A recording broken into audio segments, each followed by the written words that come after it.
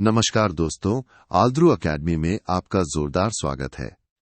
आज हम लेकर आए हैं VMOU कोटा के MA सोशियोलॉजी यानी समाजशास्त्र के स्टूडेंट्स के लिए एक जबरदस्त क्रैश कोर्स।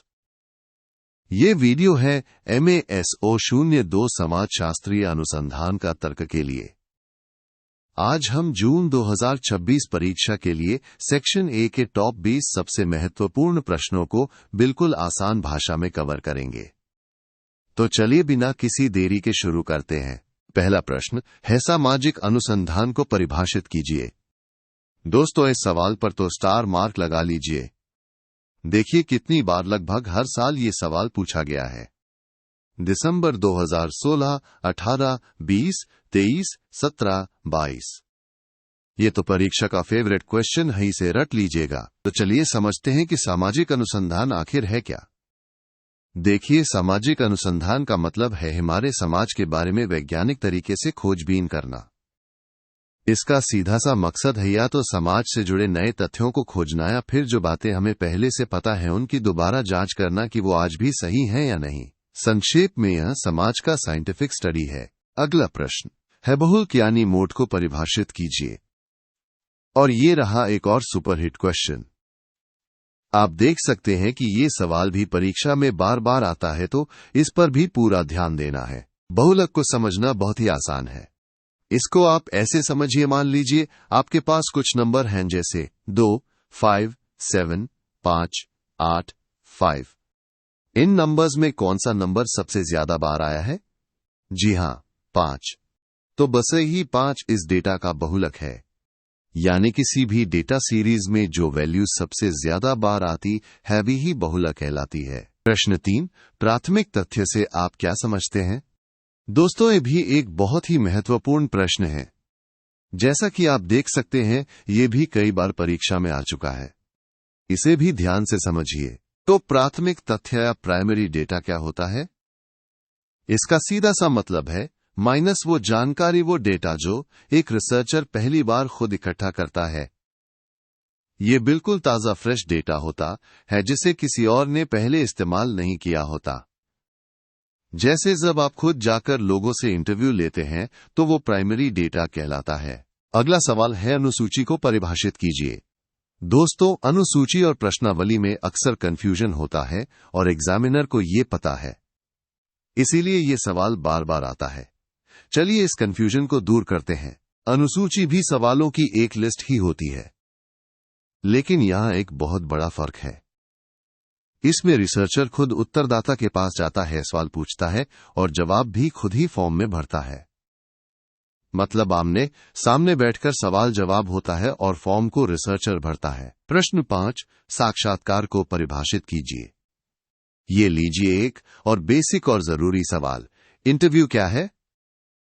ये भी परीक्षा में कई बार पूछा गया है, तो ध्यान से सुनिएगा। साक्षात्कार या इंटरव्यू सिर्फ एक बातचीत नहीं है। ये एक उद्देश्य के साथ की गई व्यवस्थित बातचीत है। इसका मकसद होता है किसी व्यक्ति की भावनाओं, उसके विचारों और किसी चीज के प्रति उसके रुझान को गहराई से समझना। दोस्तों, एक मिनट रुकिए। अगर आप जून 2026 परीक्षा में 75% से ज्यादा मार्क्स पक्के करना चाहते हैं तो हमारी एक्सपर्ट टीम द्वारा तैयार की गई ये पूरी PDF गाइड अभी डाउनलोड करें।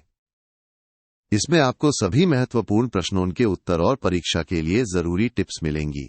डायरेक्ट लिंक नीचे डिस्क्रिप्शन बॉक्स में दिया गया है। अभी क्लिक करें और अपनी तैयारी को नेक्स्ट लेवल पर ले जाएं। चलिए आगे बढ़ते हैं। प्रश्न 6 है, सामाजिक सर्वेक्षण को परिभाषित कीजिए। सर्वेक्षण ये शब्द तो आपने कई बार सुना होगा। चलिए देखते हैं परीक्षा में क्या लिखना है।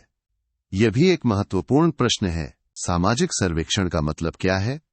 जब हम किसी खास समाज या ग्रुप का एक सिस्टमैटिक और डिटेल स्टडी करते हैं तो उसे सामाजिक सर्वेक्षण कहते हैं। इसका मुख्य उद्देश्य होता है समाज की समस्याओं को वैज्ञानिक तरीके से समझना और उनके समाधान के लिए सुझाव देना। प्रश्न 7, वैयक्तिक अध्ययन पद्धति को परिभाषित कीजिए। इसे केस स्टडी मेथड भी कहते हैं और ये भी एक बहुत ही इंपॉर्टेंट टॉपिक है जो परीक्षा में कई बार दोहराया गया है। तो क्या है ये वैयक्तिक अध्ययन पद्धति? ये किसी एक चीज का बहुत ही गहराई से अध्ययन करने की विधि है। वो एक चीज कोई एक व्यक्ति, एक परिवार, एक संस्था या एक समुदाय भी हो सकता है। इसमें हम उस एक यूनिट का सूक्ष्म विश्लेषण करते हैं ताकि उसे पूरी तरह समझ सकें। अगला प्रश्न, हेनी दर्शन यानी सैंपलिंग को परिभाषित कीजिए। दोस्तों, रिसर्च में सैंपलिंग के बिना काम ही नहीं चलता, और जैसा कि आप देख सकते हैं ये सवाल भी बहुत बार पूछा गया है। सैंपलिंग को एक आसान उदाहरण से समझते हैं। मान लीजिए आपको एक बोरी चावल की क्वालिटी चेक करनी है। क्या आप पूरी बोरी के हर दाने को चेक करेंगे? नहीं, आप मुट्ठी भर चावल निकाल कर देख लेंगे। बस यही मुट्ठी भर चावल सैंपल या निदर्शन है। तो निदर्शन पूरी आबादी में से चुना गया एक छोटा हिस्सा है जो पूरी आबादी की विशेषताओं को बताता है। प्रश्न 9, केंद्रीय प्रवृत्ति को परिभाषित कीजिए। ये स्टैटिस्टिक्स का एक बेसिक कॉन्सेप्ट है और जैसा कि आप देख सकते हैं एग्जाम में आता ही है। केंद्रीय प्रवृत्ति या सेंट्रल टेंडेंसी का मतलब क्या है? इसका सीधा सा मतलब है माइनस डेटा का सेंटर पॉइंट। ये एक ऐसी अकेली वैल्यू होती है जो पूरे डेटा सेट को रिप्रेजेंट करती है, जैसे औसत, मीन, माध्यिका, मीडियन और बहुलक मोड। ये सब केंद्रीय प्रवृत्ति के ही माप हैं। प्रश्न 10, अंतर्वस्तु विश्लेषण से आप क्या समझते हैं? ये थोड़ा अलग टॉपिक है, लेकिन जैसा कि आप देख सकते हैं ये भी परीक्षा में पूछा जाता है, तो ये भी महत्वपूर्ण है। अंतर्वस्तु विश्लेषण या कंटेंट एनालिसिस क्या है? जब हम किसी भी कम्युनिकेशन मटेरियल जैसे कि किताबें, अखबार, फिल्में या सोशल मीडिया पोस्ट का एक ऑब्जेक्टिव और सिस्टमैटिक तरीके से अध्ययन करते हैं तो उसे कंटेंट एनालिसिस कहते हैं। इसमें देखा जाता है कि क्या कहा गया, कैसे कहा गया और कितनी बार कहा गया। प्रश्न 11, प्रश्नावली को परिभाषित कीजिए। देखिए, मैंने कहा था ना, अनुसूची के बाद अब प्रश्नावली का सवाल। ये दोनों साथ में ही तैयार करने हैं क्योंकि ये भी बार बार पूछे जाते हैं। तो अब प्रश्नावली को समझते हैं। प्रश्नावली भी सवालों की एक लिस्ट है, लेकिन इसमें रिसर्चर खुद नहीं जाता। वो इसे डाक से, मेल से या किसी और तरीके से उत्तरदाता के पास भेज देता है और उत्तरदाता उसे खुद भरकर वापस भेजता है। यही अनुसूची और प्रश्नावली में मुख्य अंतर है। प्रश्न 12, वस्तुनिष्ठता यानी ऑब्जेक्टिविटी से आप क्या समझते हैं? रिसर्च की आत्मा है ये कॉन्सेप्ट। बहुत जरूरी सवाल है, इसे मिस मत कीजिएगा। वस्तुनिष्ठता का क्या अर्थ है? इसका मतलब है किसी भी चीज का अध्ययन बिना किसी भेदभाव, बिना अपनी पसंद, नापसंद या भावनाओं को बीच में लाए करना। जो जैसा है उसे वैसा ही देखना और रिपोर्ट करना। इसमें रिसर्चर को एक साइंटिस्ट की तरह न्यूट्रल रहना होता है। प्रश्न 13, उपकल्पना या प्रकल्पना यानी हाइपोथेसिस को परिभाषित कीजिए। एक और स्टार क्वेश्चन। दोस्तों, यह सवाल बहुत महत्वपूर्ण है। हाइपोथेसिस के बिना कोई भी साइंटिफिक रिसर्च शुरू ही नहीं हो सकती। तो ये उपकल्पना या हाइपोथेसिस है क्या? ये रिसर्च शुरू करने से पहले लगाया गया एक अंदाजा है, एक कच्चा सिद्धांत। रिसर्चर एक अनुमान लगाता है कि शायद ऐसा करने से ऐसा होता होगा। फिर वो अपनी पूरी रिसर्च में इसी अंदाजे को टेस्ट करता है कि ये सही है या गलत। प्रश्न 14, सहभागी अवलोकन से आप क्या समझते हैं? अवलोकन का एक बहुत ही दिलचस्प प्रकार है, ये और परीक्षा में भी अक्सर पूछा जाता है। सहभागी अवलोकन यानी पार्टिसिपेंट ऑब्जर्वेशन में रिसर्चर दूर से खड़ा होकर नहीं देखता। वो खुद उस ग्रुप या समुदाय का हिस्सा बन जाता है जिसका वो अध्ययन कर रहा है। वो उनके साथ रहता है, उनके कामों में भाग लेता है ताकि वो उस ग्रुप को अंदर से समझ सके। यहां रिसर्चर दोहरी भूमिका निभाता है। प्रश्न 15, नियंत्रित अवलोकन से आप क्या समझते हैं? सहभागी के बाद अब नियंत्रित अवलोकन। ये भी एक महत्वपूर्ण प्रश्न है, जैसा कि आप इसकी पुनरावृत्ति से देख सकते हैं। नियंत्रित अवलोकन या कंट्रोल्ड ऑब्जर्वेशन क्या है?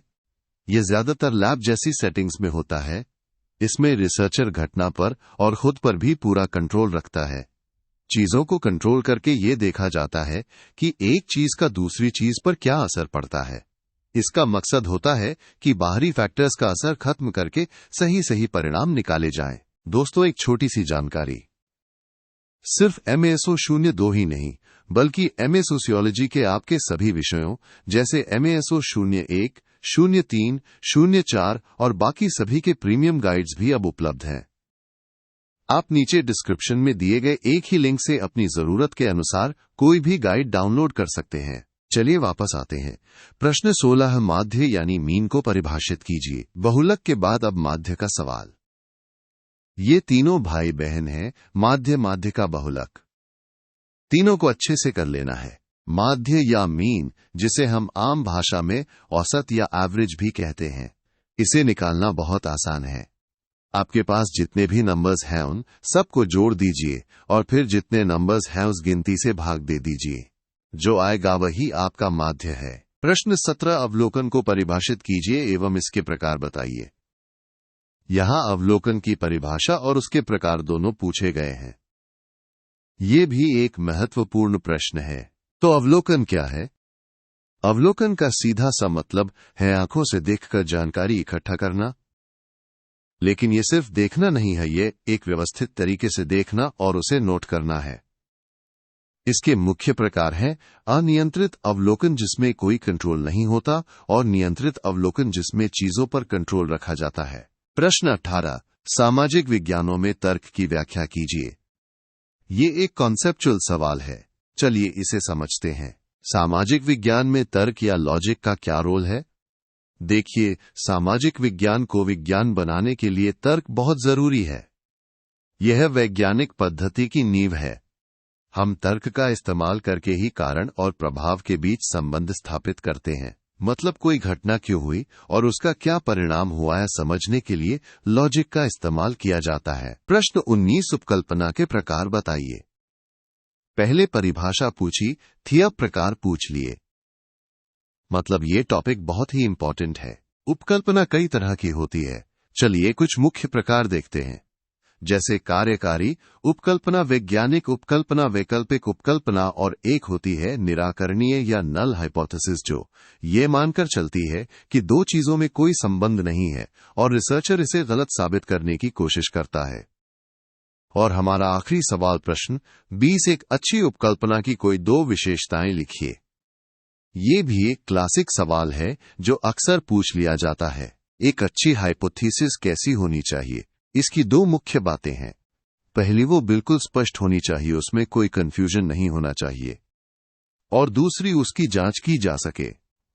मतलब वो ऐसी होनी चाहिए जिसे हम अपने डेटा और तरीकों से टेस्ट कर सके कि वो सही है या गलत। तो दोस्तों, ये थे MASO 02 के सेक्शन A के टॉप 20 सबसे महत्वपूर्ण प्रश्न। मुझे उम्मीद है कि इस वीडियो से आपकी बहुत मदद हुई होगी। अगर आपको ये वीडियो पसंद आया तो इसे लाइक करना ना भूलें, अपने दोस्तों के साथ शेयर करें और आल्ध्रो अकेडमी को सब्सक्राइब जरूर करें।